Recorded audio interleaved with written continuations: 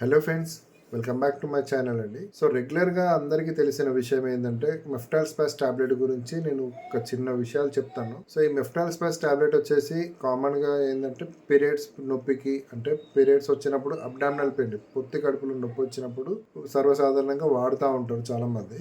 So ఈ Meftal స్పాస్ tablet దానికే వాడతారా, ఇంకేమన్నా వేరే ఇష్యూస్ కూడా వాడవచ్చా అని అంటే, సో వాడుతూ ఉంటారండి. కొన్ని కామన్ ఇష్యూస్ వచ్చేసి గ్యాస్ట్రిక్ ప్రాబ్లం తోటి వచ్చే నొప్పికి, ప్లస్ దాంతోపాటుగా కడుపులో నొప్పికి, పీరియడ్స్ కాకుండా నార్మల్గా క్రాంప్స్ పెయిన్ వచ్చినప్పుడు, అలాంటప్పుడు ఈ మెఫ్టాల్ స్పాస్ టాబ్లెట్ని వాడొచ్చండి. ఈ మెఫ్టాల్ స్పాస్ టాబ్లెట్ని కామన్గా వచ్చేసి పొద్దున ఒకసారి, రాత్రికి ఒకసారి భోజనం చేసిన తర్వాతనే వేసుకోవాల్సి ఉంటుందండి అడల్ట్కి. సో ఈ మెఫ్టాల్ స్పాస్ టాబ్లెట్ వాడినప్పుడు కొన్ని సైడ్ ఎఫెక్ట్స్ కూడా ఉండొచ్చు. కడుపులో మంట రావడము, ప్లస్ దాంతోపాటుగా తల తిరిగినట్టు అనిపించడము, వామిటింగ్ ఫీలింగ్ అనిపించడము, ప్లస్ దాంతోపాటుగా నోరు ఎండుకపోవడం లాంటి కొన్ని సమస్యలు ఏర్పడవచ్చు. అలాంటి ఏమైనా సమస్యలు ఏర్పడితే కంపల్సరీ మీరు ఆ టాబ్లెట్ వాడడం స్టాప్ చేయడం మంచిదండి.